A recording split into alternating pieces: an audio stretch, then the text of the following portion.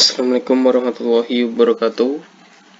Perkenalkan, nama saya Muhammad Anang Maruf dengan NIM K2518043. Di sini saya akan memaparkan materi teknologi dasar otomotif. Oke, langsung saja. Yang pertama adalah kompetensi dasar. Nah, kompetensi dasar teori ada 5, yaitu mengklasifikasikan APAR, kemudian memahami klasifikasi engine, memahami cara kerja engine 2 langkah dan 4 langkah, lalu memahami rangkaian kelistrikan sederhana, setelah itu memahami macam-macam sensor. Untuk tujuan pembelajaran materi teknologi dasar otomotif ini, siswa diharapkan dapat 1. Memahami jenis alat pemadam api ringan, lalu menggunakan APAR sesuai dengan jenis kebakarannya, memahami pengelompokan mesin, memahami cara kerja motor 2 tak dan 4 tak, lalu dapat memahami rangkaian kelistrikan sederhana, setelah itu memahami macam-macam sensor. Oke, yang pertama adalah klasifikasi APAR, jenis-jenis APAR ya. Untuk kebakaran kelas A, kebakaran dengan bahan kain, kayu, kertas dapat dipadamkan dengan APAR jenis bubuk atau powder. Juga bisa dipadamkan dengan APAR berbahan berjenis foam maupun gas. Untuk yang kedua, kelas B, yaitu kebakaran dengan bahan bakar minyak atau cairan mudah terbakar seperti bensin, solar, seperti itu, dapat dipadamkan dengan APAR berjenis bubuk, busa atau karbon dioksida atau CO2 maupun gas. Untuk kelas C, kebakaran dengan bahan gas, kimia atau listrik dapat dipadamkan dengan APAR berjenis bubuk atau karbon dioksida maupun gas. Oke, selanjutnya adalah klasifikasi engine. Untuk klasifikasi engine terdapat 2 pengelompokan, yaitu mesin pembakaran dalam atau internal combustion engine. Pengertiannya adalah mesin pembakaran dalam merupakan sebuah mesin yang proses pembakarannya berada di dalam ruang tertutup atau sering disebut dengan istilah ruang bakar atau combustion chamber. Untuk mesin pembakaran luar adalah mesin yang pembakarannya berada di luar ruangan tertutup atau yang biasa disebut external combustion. Untuk yang pertama kita bahas internal combustion terlebih dahulu. Mesin pembakaran dalam dikelompokkan menjadi 3 kategori. Yang pertama adalah piston engine. Di sini dibagi lagi menjadi diesel engine dan gasoline engine. Untuk diesel engine atau motor bakar diesel, biasa disebut juga dengan mesin diesel, adalah motor pembakaran dalam yang menggunakan panas kompresi untuk menciptakan penyalaan bahan bakar itu sendiri. Diklasifikasikan menjadi dua jenis, yaitu diesel 2 tak, juga diesel 4 tak. Diesel 4 tak dikelompokkan lagi menjadi 2, yaitu indirect maupun direct. Indirect atau pembakaran yang tidak langsung, indirect combustion, berasal dari 2 kata in atau berarti tidak dan direct langsung berarti tidak langsung. Sehingga bisa diartikan bahwa diesel indirect injection adalah sebuah mesin diesel yang melaksanakan pembakaran secara tidak langsung. Ya, pembakaran ini biasanya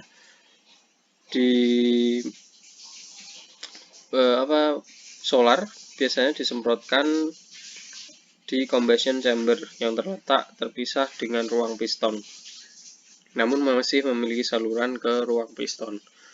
Berbeda dengan direct injection. Direct injection adalah sistem di mana bahan bakar diinjeksikan ke dalam ruang bakar yang terletak pada bagian mahkota pada piston. Direct injection berarti solar disemprotkan langsung menuju ruang bakar. Oke, yang kedua, one curl engine atau mesin rotari. Biasanya mesin rotari ini digunakan pada mobil. Pengertiannya adalah mesin pembakaran dalam yang digerakkan oleh tekanan yang dihasilkan oleh pembakaran diubah menjadi gerakan putar pada rotor yang menggerakkan sumbu. Mesin Wankel ini dikembangkan oleh insinyur Jerman Felix Wankel sesuai namanya. Prinsip kerjanya adalah dia menggunakan rotor, posisi rotor A, B, dan C. Oke, selanjutnya adalah rotational motion engine atau turbin gas. Oh ya, maaf, tadi gasoline engine belum dibahas. Gasoline engine atau mesin berbahan bakar bensin dikelompokkan lagi menjadi bensin 2 tak dan bensin 4 tak. Selanjutnya dikelompokkan lagi menjadi gas engine maupun gasoline engine. Gas engine berarti mesin berbahan bakar gas, kalau gasoline engine berarti mesin berbahan bakar bensin. Oke, mesin pembakaran luar atau external combustion. Sebelum masuk mesin pembakaran luar yaitu rotational motion engine atau turbin gas. Turbin gas adalah suatu alat yang memanfaatkan gas sebagai fluida untuk memutar turbin dengan memanfaatkan kompresor dan mesin pembakaran internal. Itulah tadi definisi dari turbin gas. Lalu selanjutnya adalah mesin pembakaran luar atau external combustion. Dikelompokkan menjadi turbin engine atau steam turbine, lalu piston engine atau steam engine. Oke, selanjutnya adalah cara kerja mesin 2 langkah. Yang pertama adalah langkah hisap dan kompresi. Piston bergerak dari titik mati bawah ke titik mati atas. Bahan bakar masuk ke bak engkol di sini. Jadi ketika ini naik ke atas, maka di bawah piston terjadi kevakuman sehingga bahan bakar yang dari karburator dan bensin, maksud saya campuran bahan bakar dan bensin yang dari karburator akan masuk menuju bak engkol karena di sini terjadi kevakuman. Berbeda halnya dengan ruangan yang di atas piston yang terjadi langkah atau siklus kompresi. Nah, setelah piston naik menuju TMA, setelah dari TMA, maka busi akan memercikkan bunga api. Terjadilah pembakaran. Nah, langkah pembakaran dan buang ini menjadi satu siklus. Nah, ketika busi sudah memercikkan bunga api, maka campuran bahan bakar dan udara di sini akan terbakar, mengakibatkan ledakan yang mendorong piston ini akan turun. Ketika piston ini turun, maka campuran udara dan bahan bakar yang tadi di bak engkol terdorong naik melalui saluran transfer. Terdorong naik ke atas piston. Nah, di sini terjadi dua siklus lagi, siklus hisap lalu siklus masuk pembilasan, juga siklus buang. Di sini memungkinkan gas baru, bahan bakar campuran baru ikut terbuang dengan sisa-sisa pembakaran tadi.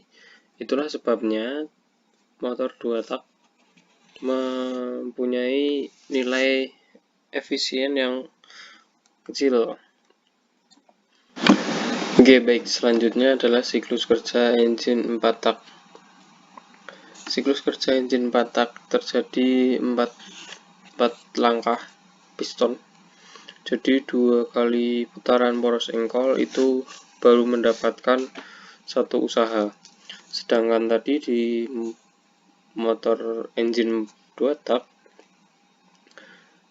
itu hanya membutuhkan satu putaran poros engkol untuk menghasilkan usaha. Oke, yang pertama adalah langkah hisap. Pada gambar ini ditujukan ketika piston bergerak dari titik mati atas ke titik mati bawah yang mengakibatkan ruangan di pembakaran ini menjadi vakum. Ketika ruangan ini vakum, lalu valve bagian intake itu terbuka, maka campuran udara dan bahan bakar tadi bisa masuk ke dalam ruang pembakaran. Pada langkah ini, katupin tentunya terbuka. Setelah piston sampai ke titik mati bawah, piston lalu naik kembali dari titik mati bawah ke titik mati atas untuk memampatkan campuran bahan bakar dan udara yang sudah masuk tadi. Dalam hal ini, kedua katup menutup. Lalu yang ketiga, 10 derajat sebelum titik mati atas, busi sudah mulai memercikan bunga api, sehingga campuran bahan bakar ini terbakar dan meledak. Nah, ledakannya ini membuat piston itu kembali turun dan melakukan langkah usaha. Lalu selanjutnya, setelah piston ini sudah sampai ke titik mati bawah, maka piston kembali naik karena gaya dorong dari poros engkol yang menyebabkan piston itu kembali ke posisi TMA untuk membuang sisa pembakaran dari ledakan tadi. Dalam hal ini, katup exhaust terbuka. Oke, baik. Selanjutnya kita akan masuk ke gadis berikutnya, yaitu memahami rangkaian kelistrikan sederhana. Yang pertama di sini ada rangkaian listrik seri. Nah, rangkaian listrik seri ini dirangkai dengan resistor yang ditandai dengan R1, R2, R3. Di sini disimbolkan R1, R2, R3 yang dihubungkan dalam untaian panjang dari satu terminal baterai ke terminal selanjutnya. Di rangkaian listrik seri ini punya kelebihan dan kekurangannya masing-masing. Kelebihan dari rangkaian seri adalah 1. Jumlah kabel pengantar yang dihubungkan pada rangkaian seri ini lebih sedikit atau menghemat kabel. Biaya pemasangan juga lebih murah. Meskipun hambatan pada masing beban tidak sama, beban tetap dilalui besar arus yang sama. Untuk kekurangan rangkaian seri ini sendiri adalah apabila salah satu beban putus atau padam, maka beban yang lain akan ikut padam. Beban di sini bisa dimaksudkan lampu ataupun resistor seperti itu. Lampu yang dirangkai secara seri tidak bisa menyala sama terang. Hal itu karena tekanan yang ada di setiap lampu berbeda-beda tergantung besarnya hambatan. Untuk rumus R total dari rangkaian listrik seri bisa dicari dengan R1 tambah R2 tambah R3 tambah R4, atau bisa juga digantikan Rn. N itu adalah jumlah resistornya. Lalu untuk I masuk bisa dicari dengan I1 sama dengan I2 sama dengan I3, karena ampere atau arus yang masuk ke dalam yang melewati hambatan itu masing-masing besarnya sama. I masuk sama dengan I keluar. Oke, selanjutnya adalah rangkaian listrik paralel. Rangkaian listrik paralel berbeda dengan rangkaian seri. Susunan rangkaian paralel mempunyai cabang. Komponennya disusun sejajar di mana terdapat lebih dari satu jalur listrik secara paralel. Untuk kelebihan dan kekurangannya, kelebihan rangkaian paralel, seluruh lampu yang dirangkai paralel akan menyala sama terang. Kedua, jika salah satu lampu padam, lampu yang lain tidak akan berpengaruh. Untuk kelemahan rangkaian paralel sendiri adalah kabel yang dibutuhkan otomatis lebih banyak. Lalu besar arus yang mengalir di setiap beban tidak sama, bergantung besarnya hambatan pada beban. Untuk rumus mencari R total, yaitu bisa digunakan 1 per R total sama dengan 1 per R1 tambah 1 per R2 tambah 1 per Rn. Rn itu tadi sama seperti listrik seri, rangkaian seri tadi. Rn adalah jumlah hambatannya. Untuk arus total atau I total bisa dicari dengan I1 tambah I2 tambah I3. Seperti itu.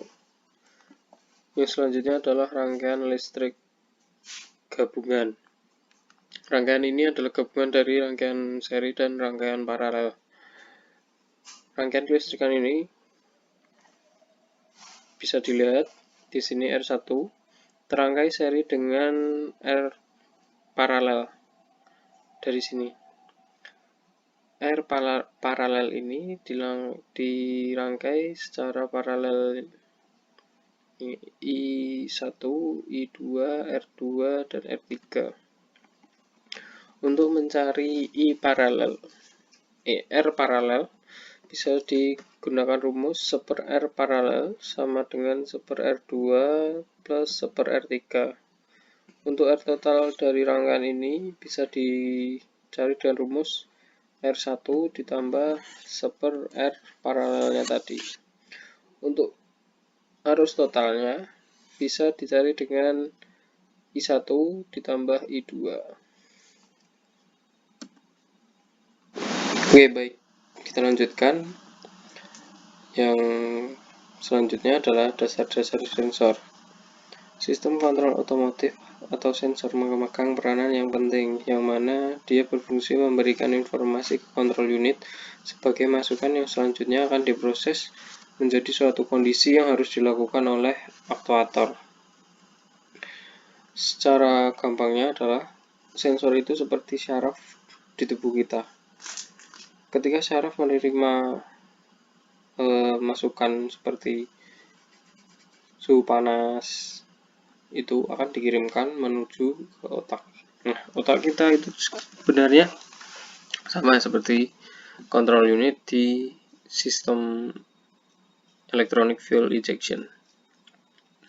Ketika ECU menerima data dari sensor, dia akan mengolah, lalu memberikan perintah kepada aktuator untuk menjalankan sistem agar mesin itu berjalan seperti normalnya. Oke, langsung saja. Sensor yang pertama adalah sensor temperatur udara masuk atau intake air temperature sensor. Fungsi dari sensor ini adalah untuk mendeteksi suhu udara yang masuk dan mengirim data tersebut ke ECU untuk dikalkulasikan. Nah, letak sensor ini biasanya pada filter udara. Bisa dilihat ya di gambar di sini, saya foto sendiri. Ini adalah sensor intake air temperatur miliknya Suzuki Cherry yang sudah EV tentunya. Apabila sensor ini rusak, maka mesin masih hidup, cuma indikator check engine akan menyala. Lalu mesin susah di starter, tenaga mesin berkurang, selanjutnya konsumsi bahan bakar lebih boros. Oke, selanjutnya adalah mass airflow. Mass airflow di sini berfungsi untuk mengetahui banyak sedikitnya udara yang akan masuk ke dalam intake manifold. Sensor ini terdapat di antara filter udara dengan katup gas. Apabila sensor rusak, maka mesin tidak bisa dinyalakan. Bisa di starter tapi cuma nyala sebentar kemudian mati lagi karena sensor membaca tidak ada udara yang masuk ke dalam intake manifold. Akibatnya komponen seperti injektor tidak akan menyemprotkan bahan bakar. Lalu selanjutnya adalah ada MAP, Manifold Absolute Pressure. Sensor ini berfungsi untuk mengetahui tingkat kevakuman di intake manifold. Nah, ini ya terletak di gambar. ini map sensor terdapat selang yang terpasang ke manifold mesin, intake manifold. Nah, jika sensor ini rusak, maka dapat menimbulkan ini ya, diantaranya ada 12 masalah yang bisa keluar ketika sensor ini rusak. Oke, selanjutnya adalah CMP dan CKP. CMP adalah camshaft position sensor, CKP adalah crankshaft position sensor. Kedua sensor ini digunakan untuk mengetahui putaran mesin, juga mengatur sistem pengapian pada mesin tersebut. Oke, letak kalau CMP itu berada di head cylinder, dia biasanya terletak di sejajar dengan poros camshaft dengan gearnya. Lalu untuk crankshaft position sensor biasanya terletak di dekat puli motor. Oke, ini letak sensor CKP pada unit seri. Ini pulinya, ini CKP. Lalu di sini ada CMP pada unit seri, letak sensornya. Jika CKP dan CMP mati, mobil bisa di starter, cuman tidak bisa hidup. Tidak ada percikan api, tidak ada suplai bahan bakar ketika di starter. Selanjutnya ada sensor oksigen. Nah, di sini fungsinya adalah menjaga gas buang sisa pembakaran dan memberikan sinyal kepada ECU untuk memberikan perintah suplai bahan bakar yang ideal. Letaknya biasanya terletak di sekitar saluran gas buang, bisa di leher atau di head cylinder. Jika sensor ini rusak, maka konsumsi bahan bakar akan meningkat, masalah kinerja mesin, lampu cek engine menyala, emisi buruk. Konsekuensi besar dari setiap kegagalan sensor oksigen dapat merusak catalytic converter yang harganya sangat mahal. Selanjutnya ada engine coolant temperature. Sensor ini digunakan untuk mengetahui kondisi suhu air. Biasanya terletak di saluran pendingin. Jadi satu sama termostat. Jadi sebelahnya termostat. Nah, ini ada gambar. Yang saya tunjuk ini adalah ECT, lalu sebelahnya ini adalah termostatnya. Jika sensor ini rusak, maka pendinginan tidak akan maksimal. Kipas tidak menyala, kendati suhu tinggi. Mesin bisa mengalami overheating. Nah, overheating itu bisa fatal ya akibatnya. Headnya bisa melengkung, bisa keropos juga. Banyak sekali masalah yang timbul ketika overheating itu terjadi. Oke, lanjut. Throttle position sensor. Sensor ini berfungsi untuk mendeteksi sudut pembukaan katup throttle, lalu mengirimkan data ke ECU untuk dikalkulasikan berapa bahan bakar yang akan disemprotkan. Nah, letaknya di ujung lain dari katup gas. Oke, apabila sensor TPS rusak, maka lampu indikator cek engine atau lampu mil akan menyala. Mobil akan gagal saat uji emisi, bahan bakar boros, starter sulit. Asap hitam keluar dari knalpot, nyendat-nyendat saat akselerasi, seperti itu. Oke, yang terakhir adalah menggunakan scan tool. Yang pertama, kita siapkan dulu scan toolnya beserta kabel DLC, kabel adaptor. Kita pasangkan di alat scan toolnya. Kabel DLC, kabel adaptor, lalu adaptor dicolokkan ke sumber daya, bisa listrik, bisa ikut di aki mobil. Lalu yang kedua adalah menghubungkan scanner kabel DLC ke mobil. Lalu putar kunci kontak posisi on. Setelah itu tekan tombol power scanner, biasanya warna merah sehingga unit scanner akan hidup. Setelah hidup, tunggu sebentar loading. Setelah itu akan muncul jenis mobil yang bisa dipilih, apakah dari benua Asia, Eropa, atau Amerika.